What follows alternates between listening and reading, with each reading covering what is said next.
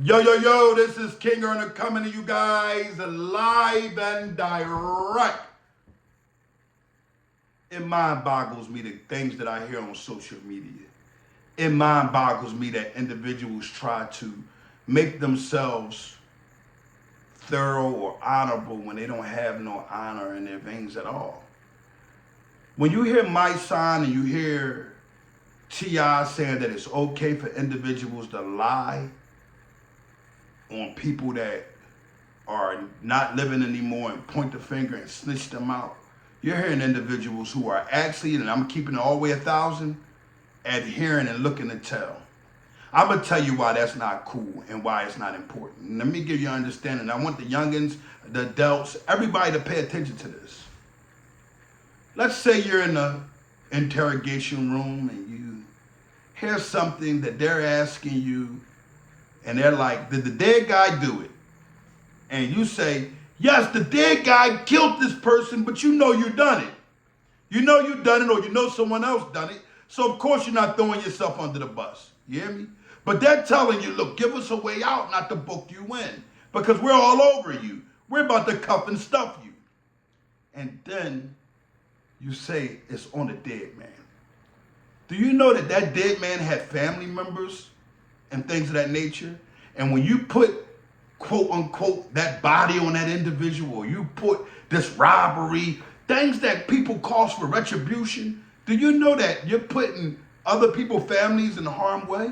Like, you're putting that dead man family, you're leaving them with a stamp. You're saying, hey, I don't care, I didn't do it, the dead man done it. But guess what? The dead man got a family all over the place. Got a mother, got a grandmother, got kids, got innocent children, got babies' mothers, got everybody in the world that needs his protection, and you can't protect it because you didn't put that stamp on them that makes anybody that may have loved that person that people will seek retribution for to go against them.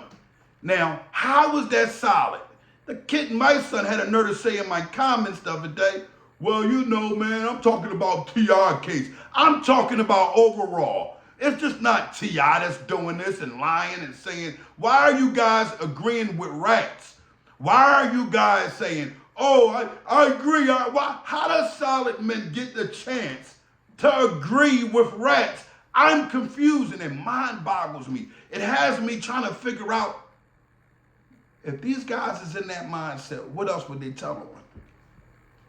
What else would they tell on? Who else would they tell on? And why would they tell on? I'm going to tell you this. Why would they do so? They would do so because these guys are the worst kind. They don't care who they throw under the bus to stay home from jail. And I'm guaranteeing you, when it comes down to that dollar, they're not going to lose that woman, that vehicle, that nice home. They're going to make sure that somebody, somehow, whether it's a dead man, a live man, or whatever the case may be, goes to the can about this. They don't care. They want somebody's soul in jail, and they will do anything to do it. It's like disgusting to me, because who are you as a man? Are you going to actually, after you leave that interrogation room and you come home, are you going to go to protect these dead people's family? Are you going to try to protect their name and say, hey, I was lying? Because let me give you understanding here. When you do some nonsense like that, especially for some drama like a homicide and armed robberies and stuff like that, you know, with the homicide, there's no statute of limitation. So when you get the lying and things of that nature, it's not like they didn't charge this person. They didn't charge the dead man, so they always could still come back and get you, you kitten. The best thing for you to do is just be quiet and say, I have no way to have understanding about anything. Please give me a lawyer, please. Give me a lawyer. Do not get in there rambling your mouth. So many people use the perspective from, if I was the dead man, I'm telling you, bro, tell on me. But why won't you use the perspective of saying, if you the man that's telling, you don't mind telling on the dead man. Stop using the dead man perspective. Who are you alive? Because we all understand that when people go, anybody can put all type of lies. And I'm going to say this.